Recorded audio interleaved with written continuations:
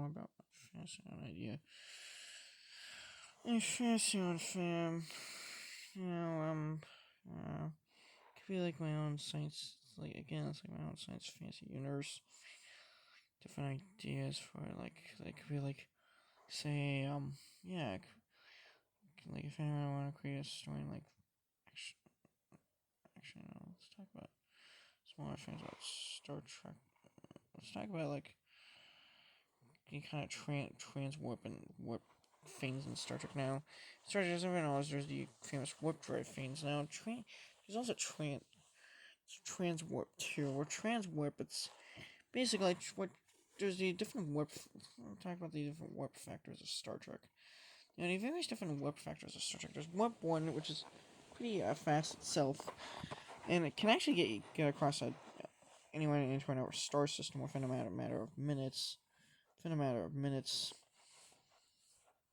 there's also warp 2, which is pretty fast.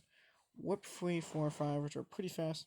Now the fastest warp speed is warp 11. That can actually warp 13. That can actually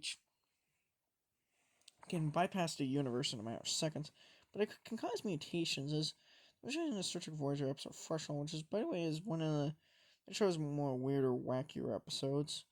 Yeah, it's one where Tom Paris and Kevin Dillon trying to mutate slugs from the warp 13 exposure. So yeah, and they made it, and they created salamanders. Yep, it's one of the show's more weirder episodes, and one of the weirder episodes in Star Trek in general. But now warp 13 is extremely fast. Now transwarp basically allow for warp travel. There's also the quantum slipstream drive that can allow for without the need of warp drive, that can allow for pretty fast superluminal travel.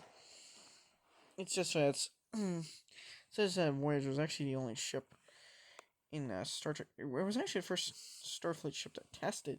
It was actually given to them by alien when they were stranded in the Delta Quadrant. They tested it, the prototype. So yeah, and then quantum slipstream drive, it allows for superluminal, for even faster travel on standard warp drive. They can allow them to actually get across from the Delta Quadrant back to the Alpha Quadrant in a matter of minutes, in a much more increased time range. So yeah, and then yeah,